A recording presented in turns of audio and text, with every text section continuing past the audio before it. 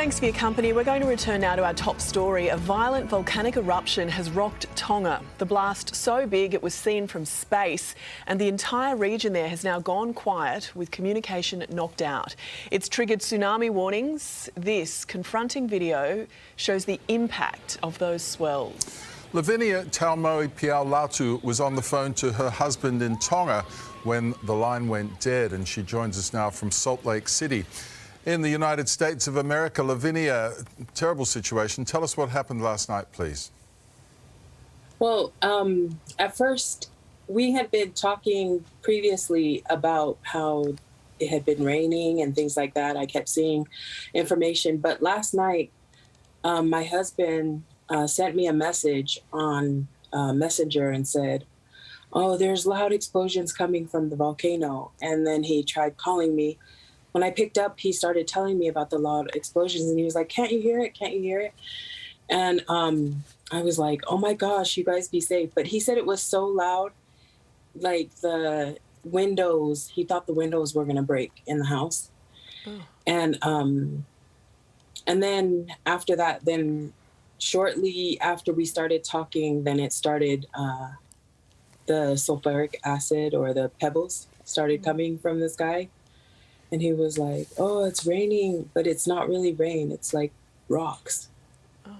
And I was like, "What?" And then he, from that point, he started to tell me, but when he was showing me on the video, it was still a little light out, but it was starting to look really gloomy. And then after we started talking for a little bit, then I hung up and I told him, "Let me call you back," because he wanted to record some of it. And then after he actually recorded it, then he called me back and it was already dark out. And he was like, "It is like as dark as midnight right now. And this is like at 6 o'clock, but it usually doesn't get dark until like much later." Yeah, it's terrifying. Wow. And did the phone cut out while you were talking to him? Have you been able to speak to him since? So we talked for a little bit and we kept talking about what was going on. And he was going to actually run and grab some batteries from the store, because I told him to get some batteries for the radio. And then, because that's how usually the radio is how everybody gets information from, the government or when a disaster strikes.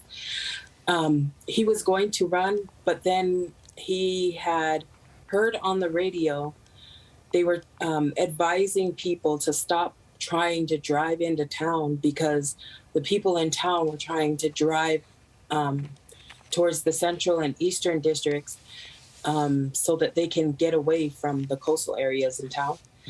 And there's only one main road where you can actually evacuate. So there was a long queue in the road for people trying to escape.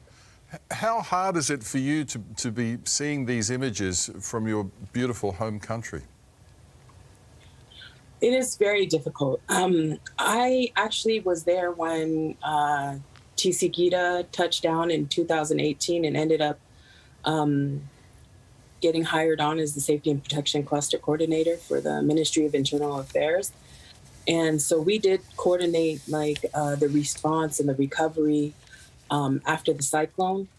And so I know I was kind of trying to play it out in my head, what everybody's doing, what steps the government is taking, what kind of meetings that they're holding, the assessments that they're going to be planning to do today. And I mean, I feel like the people, the National Emergency Management Operations Team and the committee they're really equipped, and so is His Majesty's Armed Forces to respond to disaster. But I feel like the tsunami is a little bit different because I think there's going to be much more damage that they're going to be looking at in terms of infrastructure as well as the vegetation. Yeah, well, the Aussies are never far away at times like this. Also, Lavinia, we wish you all the best, obviously, and hope you're reconnected with your family as soon as possible. We're thinking of you. Thank you. Yeah, thanks for your time. Thank you so much. Thank you so much. Thank you.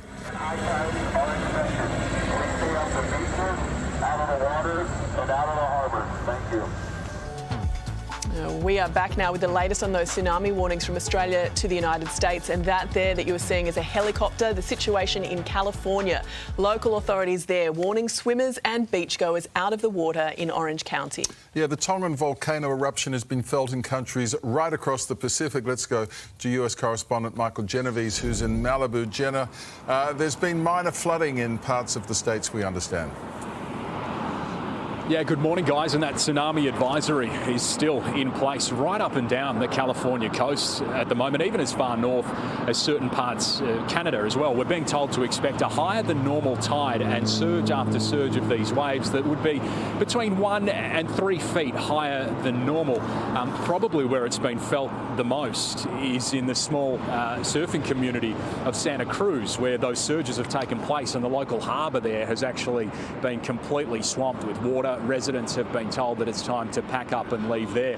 We're in Malibu at the moment, where people have been told to stay away from the water's edge. Other than that, it's a pretty normal day here. Even some surfers are deciding that it's worth the risk to try and catch as many waves as they can and make the most of the conditions, but that is certainly going against the advice that we're getting from the experts here. There's coast guards and beach patrols all up and down the sand this morning, and we're seeing them even from that helicopter that we heard from earlier, where Coast Guard actually has megaphones telling surfers that, hey, there is a tsunami advisory in place and it's not safe for you to be in the water at the moment. And Jenna, we know there have also been evacuations in South America. Yeah, so there's those evacuations in Chile, where a small fishing community has actually been swamped, and those warnings have been going on all morning, telling people that it's not safe to be anywhere near the water. It's a small fishing village that actually faces the Pacific, so obviously the danger there is pretty clear. But there's also advisories in place as far as Japan as well, still feeling the effects of this. We're told by experts here in California that that advisory will remain in place until there's 3 hours without a storm surge or without a water surge reaching the coastline. So experts are telling us that they're hoping, their fingers crossed, that we'll get the all clear at some point this afternoon. Yeah, let's hope so. Michael Genovese there in Malibu, thank you. Welcome back. As we go to air this morning, there are tsunami alerts in place for Australia, New Zealand, Japan and the United States. Beaches along our east coast have been closed after a violent volcanic eruption off Tonga. Let's first go to today's Sydney reporter Beth in Yeoman. Beth, the red flags have just gone up at Bondi. Yeah, that's right. We've just seen lifeguards set up signs all the way along the beach warning of dangerous surf. They're telling people to get out of the water, but no word yet on those who are simply sitting on the beach. The entire beach was evacuated last night around 10:30 by police and SES, but it was reopened this morning. Red and yellow flags went up indicating that it was safe to swim. They have quickly been taken down. Nippers has been cancelled, and we are right now waiting on an update from the Ironman series, which is due to take place further down the beach today. I am told they are working closely with the Bureau of Meteorology and are hoping to recommence the competition at midday if warnings are taken down.